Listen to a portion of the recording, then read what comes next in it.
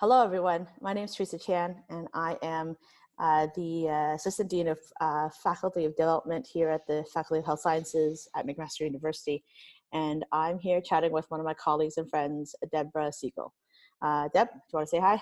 Hi, everyone. I'm Deb Siegel. I'm a hematologist at Mac. Excellent. So Deb actually reached out to me today to chat with me about the use of Slack. And so I thought this is a great opportunity since Deb rolls with the punches. She was basically willing and able to join in this call, and we're recording it so that other people who are wondering about Slack could see it too. Exactly. So I had reached out to Teresa, and my question to you really is, I've been looking for a way for us to gather our resources together in this time of crisis. People are looking for good sources of information that they can call on in clinical situations, maybe where they're not so familiar. And there's been so much good conversations happening on Twitter and resources being shared, but there's just no way to catalog those. And so I was wondering if there was a platform, and you had suggested Slack. And so, can you tell me more about what Slack can offer people like me looking to create a community online? Excellent. Yeah, so there's a couple of papers that I've written if you guys want to Google Scholar it, but I can also definitely put it up on our website as well. There are resources for why Slack is a good platform for virtual communities of practice. It's not the only one. Actually, at our institution, people also use Microsoft Teams, for instance, or for research teams, some people use something called Basecamp. So there are lots of platforms out there, and conflict of interest is that Slack is currently upgrading a bunch of clinical teams who are doing cool stuff around COVID-19. And so I did upgrade a bunch of my teams just as a conflict of interest on the record, but it's only for 90 days and then they will flip us back to the free version. There's a free version of Slack which maxes out at 10,000 comments, and then after 10,000 comments, everything is basically locked in their reservoir, and if you upgrade you can have access to your comments again. But for most of my teams, I find the free account is just fine. And if it's just like inane chatter like, where are we meeting right now? Oh, we're on 4th floor. That's totally perfect for exactly the free kind of channel. Of course, if you are trying to develop policy guidelines, or if you're trying to figure out how to remove the mark on your research team, it might be something you could budget into your research teams, for instance, because I think there's a lot of applications for using Slack to augment research. So I'm going to actually give people a tour of the back end of our Program for Faculty Development website, or Slack website. And so basically, I will flip over to a screen share and take you guys through it. Deb, you can see this as well. You can ask me questions as we go, and everyone will be able to hear our voices. And so this is the screen share of the McMaster Program for Faculty Development website. It is a free account. So this one is going to get paywalled to us. And in fact, if you look at the drop-down menu here, we've used 2.9K. We only started it this year, but we've used 2.9 thousand, 2,900 messages or so. And with the 10K max, eventually they'll start sending me lots of notifications telling me I have to upgrade my account to access the old stuff. Most of the time we won't really care, so you can just use a free account for a long time. And several of my teams, as you can see, I'm a bit of a Slackaholic. I have many teams on Slack, and so the idea would be that some of them are definitely way above the 10,000K kind of limit, but it is something. And so what Slack looks like, here's an example. And so we have like an announcement section. There's all these different, these are called channels, okay? And the whole endeavor is called a workspace. And what happens is that you can actually have all these channels. People can make new channels. You can also, as an administrator, make sure that they can't make new channels if you don't want too many channels. And it allows people to kind of like have discussions within these channels, which I think of as rooms. So I don't know how many of you can kick it old school and remember Internet Relay Chat, IRC, but that's kind of like what it's very much like, is that instead of a big open version of that, it's a closed version. For people that use other social media platforms, it's kind of like a very organized WhatsApp. So instead of having one giant WhatsApp chain that is like forever, or a texting chain that's forever, it's like a giant texting chain with the different breakout rooms. And so that's why I really like it, because exactly what Deb said, sometimes you're like, where is that? And all of us have like memories that are somewhat geographically tagged. So you can be like, oh, it was in this room, which is a channel. And then you can be like, oh yeah, I'm going to look there. So for instance, for our teams, for McMaster Program for Faculty Development, all our volunteers are situated in different rooms here, basically. And everything from like just a shout out, someone did really good on a job. You can see all the emojis in there. It's kind of fun that way. We've got things that projects that we're working on, grants that we wanted to let people know about, an announcements board where we kind of like take a straw poll. So we're just right now straw polling everyone to say, hey, we're doing a virtual conference. Would you be supportive of that concept of flipping our McMaster Faculty Development Day into, and then they can vote with emojis. So right now everyone loves the idea. No one hates, well, like that one person that hates it is me, because I actually made 2 emojis for the voting. And so there you go. And during all this right now, one of my colleagues is like actually replying to a thread. And so we can click in there to see what he said in the works. So this is a thread, and the thread is something like we would have been talking in this channel here.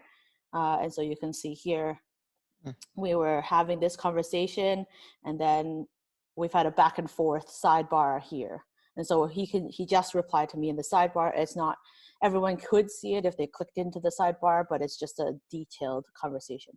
And as you can see here, you can have different back and forth conversations about people. What we do is we can also augment with other platforms like Zoom. So a lot of people are using that for digital content. That's actually what we're talking on right now. And so what happens here is that if you're having a meeting, you can put the Zoom link on here, but then you can ask everyone to stay online in Slack as well. And now you can message back and forth into the Slack channel while also talking on a different medium. So that's kind of nice, because I don't know if you've ever been on a teleconference and then there's someone's like, I don't have that document. Like, and then someone's like, can you email it around again? And so what happens is some of my digital teams, like the Canadian Association of Medical Education, CAME, is a national organization. I got them onto Slack. So they have a routine now, so that when you have a teleconference, everyone opens Slack, it's the back channel. And so what's really nice about it is because it's a bunch of clinician educators and PhD educators. Sometimes I'll be on shift and they have a board meeting. And so if they need an update from me, I can pop on Slack, like, TK, what's your update? And I can like type something really quickly and go back to patient care. And so that's really nice, is that I'm not out of the loop ever. And if they really need a commentary, they'll just type something in the message and I'll get back to them.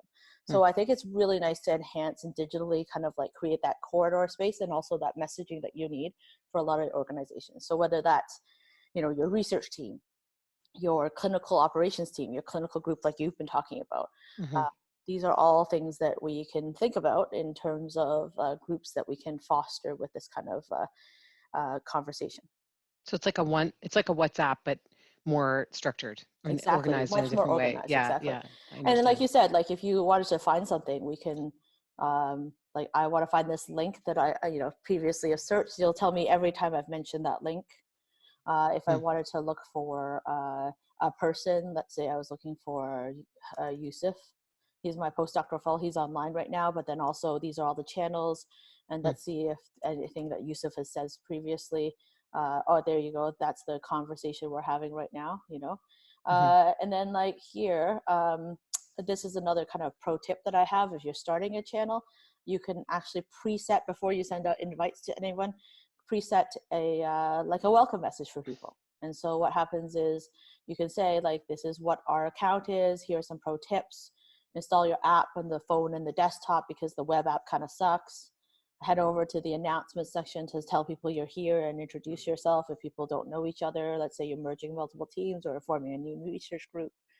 And then you can kind of give them a tour of like, join the channels that work for you. And then they basically click on the word channels, like it says, and then you can follow that through. And then you can have an introduction video. This is one that a colleague of mine made for another program I run, and I just use the same video. And so I can pop that up on the website for people to use as an orientation video for Slack. There's lots of videos like that online. And so I also give them a tour of some of the channels they could join, right? And so, and then don't forget to add a photo, like you said. It's good to get a face to the name, and that's kind of nice. And so with this program, there's no way for, like, how do you store documents that you, let's say you have a meeting and everybody's going to be reviewing a document or looking at a presentation or something like that. Is there a way to store that in here, or do you link to another it's type of really software? easy. You actually I'll show you how to do it right now. Here's a PDF that we updated, but let's say we wanted to just upload random document. Let's see. Let me pull a random document. Oh, here's a figure. Here's a figure that I previously have done for a paper, and I basically click and drag it on, and then hit send, and it'll upload. It's just taking a little bit of time, probably because lots of people are using Slack, and it shows up. Okay. You can similarly do that with. I'm just trying to think of like here's a Word document version of that same thing, but you can imagine it could be any document. But basically And then any if you document, search, PDF or whatever, you'd probably want to like name it something better. But right. for instance, let's say I was looking for figure 1, then I would type in here and it'll show me where it's been mentioned. So that's one mention, right? And then there's also files. So you can say these are all the files that mention figure 1, because we've uploaded some papers to each other before. And so that has a figure 1 almost always, right? So each channel could be like a topic, let's say. Yeah, So exactly. in our life, like let's say, we wanted to, look at conversations and documents relating to coagulopathy in COVID, okay? Because that's Yeah, something that's come up quite a bit. So you perfect. could make a channel like coagulopathy. Exactly. And then in there could be conversations, and you could upload, there's just some new guidance that Papers. has come out from JTH or whatever. So you could load that, and then people can search for it. Okay. PDFs are uploadable, all that stuff. You could also put links to Google Documents if you'd rather, or links to URLs that are, you can just like literally copy and paste from Chrome the link to the website and just pop it on. And that's then really cool. there's also a preview, that function that happens. So you can see here, I can easily delete it too. Let's say you're like, oh my gosh, that's old stuff. It's not like Twitter where you can't you can delete stuff, but sometimes not sure if you did. You can definitely delete things once they've been put on as well. Right. There's also a direct messaging function. So these are all my teammates from MacPFD. We're all kind of working from home. So everyone's kind of online and has it loaded up on their computer. So that's kind of nice here, is that you can direct message anyone. So even beyond, let's say, this crash and burn that you need, someday when you're at a conference, you might just want to let's say I want to touch base with Yusuf, and he's now back in Turkey, which is his home country. I might just message him like, hey, how's it going? And you could do that. So it might be useful beyond that. Like it might be like, hey, can anyone cover a call on the Thursday, the whatever of the month, and you could swap or something like that, right? So that's kind of like the nice part about the connectivity there. You could also have, as you can see here, group chats with people where we're talking together. And all those things. There's also other things called integration and stuff like that. So you could have integration of apps. So Google Docs integrates, Zoom integrates. I'm not sure about the specifics of all the apps, but at the very bottom here, depending on what app you want, and we're not going to go into that, you could install different apps and scroll through what apps could be involved. Okay, so there's this Connect Google Drive, because a lot of people share things now or save things on Google Drive or Dropbox. Yeah. And it's not the, I find that sometimes it can be unwieldy to look through those things because they have to be categorized properly. I like the idea that, you have, that's the great thing about Twitter. You have conversations and then linked resources, but there's just no organization. And so this seems like a way to say, okay, well, we're having conversations about topics, but then we're also, drawing in outside external things. Speaking of which, you actually can integrate, you could actually form a channel on here. So actually I can do it right now. I'm going to call it Twitter. You can actually integrate, and I won't do it in front of everyone right now, but you can actually form that channel, and then you could actually have a new Twitter account that's just like Hematology Nerds, Mac Hematology Nerds or something like that. And the idea would be you could link that Twitter and all the activity that associates with that Twitter account directly to this account. And so no one needs to have Twitter other than that account. And so if you or I had stuff that was heme related, what we could do is we could tag that account and it'll show up here. So anytime that Twitter account is now mentioned, it'll be on this. So we actually have a McMaster Program for Faculty Development Twitter account, MacPFD. So I could create a linkage and integrate Twitter for that account into that thread. And then if people don't like it, they can unsubscribe and leave from that thread as well. You can also make it so it's not default. So for people who are like, I have my own Twitter, I'm good, you don't have to integrate it. You could just have that Twitter for people who are not interested in Twitter or don't want to suddenly learn a new tech. You could make it so that they only have to go here to get all the information they need. So how do you now you've done this with your teams, and I don't know if you've done it with bigger groups of people, but let's just say, so I just thought that it would be helpful to engage the, hematology community as a start. I mean, it could be any community really, but how, these people aren't familiar with Slack, and maybe many people aren't actually online or online savvy.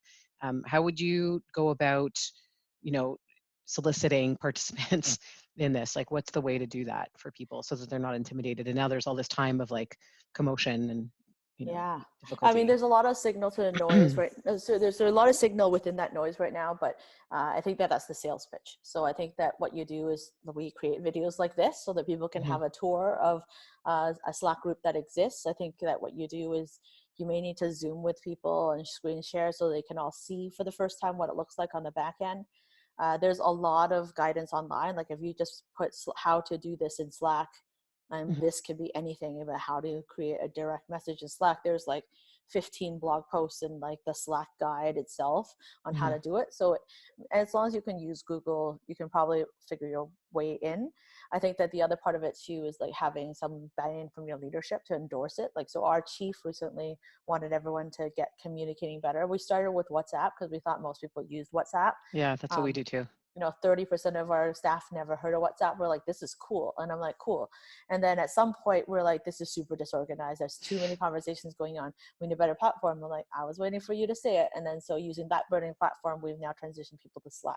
Okay. Right. And so that's sometimes you have to have that Cotter's change framework in your head. Like you need to wait till people are ready and then give them the solution. So now, again, people are exchanging ideas both on WhatsApp. That's more like the chatter.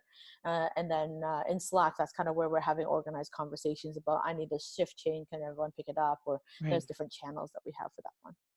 And do you invite people or do they sign up themselves or Yeah. both? So there's that's really more for the administrators. So maybe we'll park that for the next episode of this conversation we're having. But then if you're setting up a Slack account, I'll actually help you set up an account in the next one for your Mac hematology nerds, just because I want to call it that. No, but just kidding. Like, for your Mac heme people, like we'll create a Slack account for you, and that'll be what we record, and then we can. I'll show you how to do all that stuff. So stay tuned for the next episode. Okay. Yeah. Good. Hopefully, this was helpful for all of you. I have my freshly washed hair, kind of like. Statically hair basket, but I think that it was still worthwhile. So hopefully it was useful. And what we'll do is we'll stop this recording and ask you to take a look at the next recording if you're a leader that's looking to engage in Slack with your group.